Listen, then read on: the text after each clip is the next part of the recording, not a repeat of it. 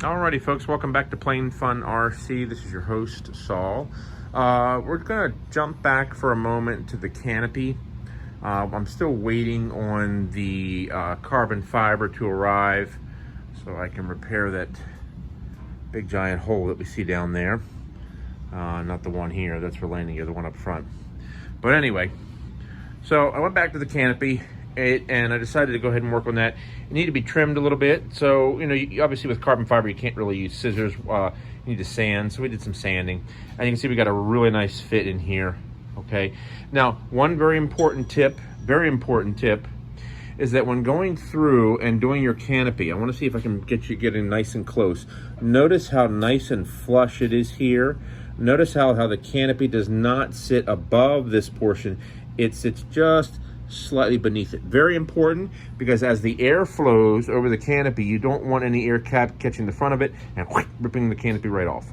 So we've got a nice fit on both sides, and I've been giving it a lot of thought how to do it. Now Michael at now it's ACR Composites, he recommended using a mold release that you rub along in here when you lift this up, and you rub along there, and then you put down about 3 coats. And I got the mold release. However, I remembered something. Good old-fashioned Vaseline petroleum jelly works very well at keeping epoxy from binding a particular part that you don't want bound. So I'm going to try two techniques. One is we're gonna get this up out of the way. We're gonna put down some Vaseline underneath where the canopy frame sits. And I'm going to lay down sheets of good old wax paper, and that combination will work well. We're going to tack this, we'll glue the portion from here all the way to here on this top part, and do the same up here. And then we're going to let that dry, and then we'll lift this up, then we'll glue the canopy along the side frames. I'm thinking about also maybe adding an additional securing measure in the center on each side, perhaps a screw of some kind, to help hold the canopy in place, so we don't want that coming up, so it doesn't come off in flight. I really won't have to remove the canopy that often once it's in place, because the batteries for the actual plane that are going to power the electric motors and the receiver are going to all sit up front there. That'll be in this section, well, that front section in there, just behind the firewall, and therefore, if I have to access them, I would just go through the top hatch that's here. So that's where we are, and we'll go through and work on this, and then we'll have an update. More to come. Thank you for watching. All right, folks, welcome back to the ACR Composites 40% Pond Racers. We're focusing once again on the canopy. So very quickly, I was trying to figure out how to go about holding this in place. This is a very large canopy, as you can see, in relation to my hand. Very big. So I came up with a simple idea of just putting 3 screws here, 1, 2, 3, and then 3 on the exact opposite side as well.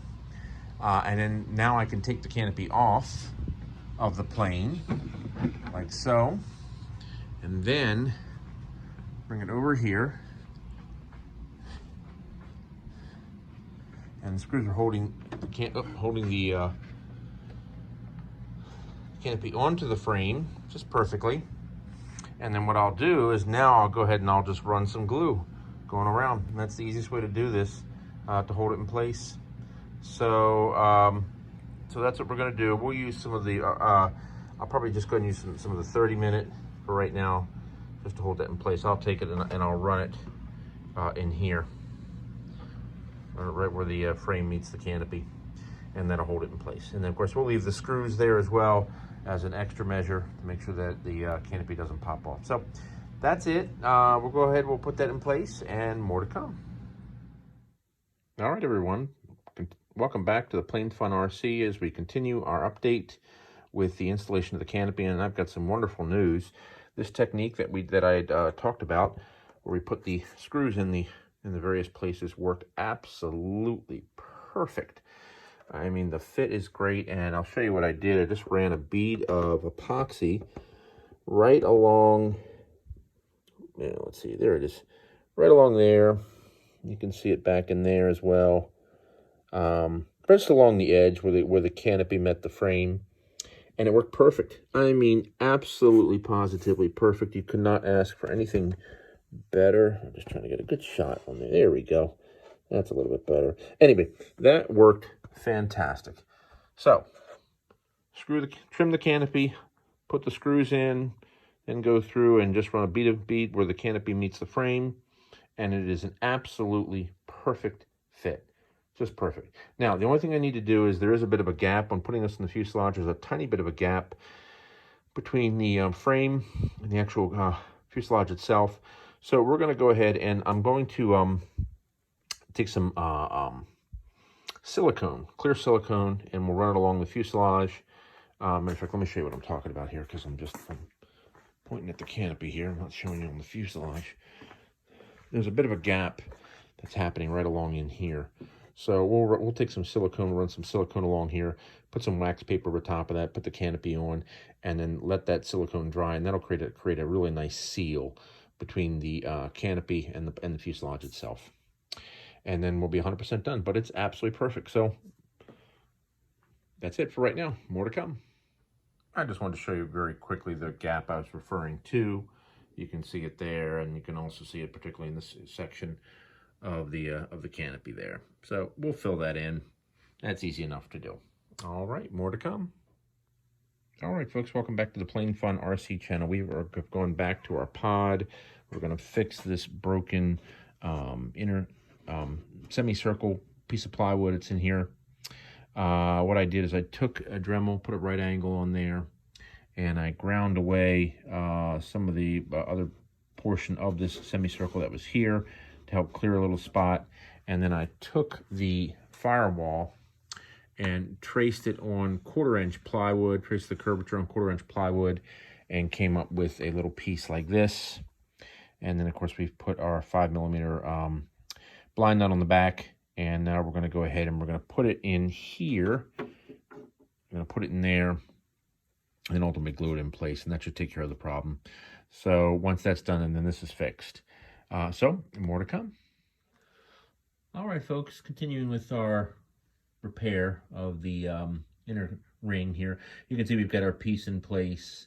That's about the best that we're going to be able to get in terms of the actual piece. The issue at hand, as I mentioned previously, is the curvature here where they laid the actual carbon fiber. Rather than it being at a 90-degree angle, it's curved. So it's not going to sit perfectly flat. And of course, our blind nut, as you can see, is not sitting perfectly flat either. But there's epoxy there that'll hold it. It's not going anywhere. Trust me, it is very secure. So we're going to let that dry. So this is fixed. So we're done with that. So let's move on to something else. I think we're going to go ahead and start mounting the motors onto the firewalls over here. Get that all taken care of because our pieces are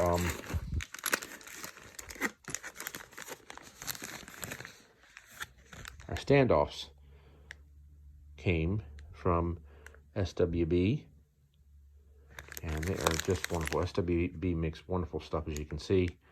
Gorgeous candy apple red, anodized, and just absolutely fantastic. So we're going to go ahead and put those on, and then we'll keep on keeping on. More to come, folks.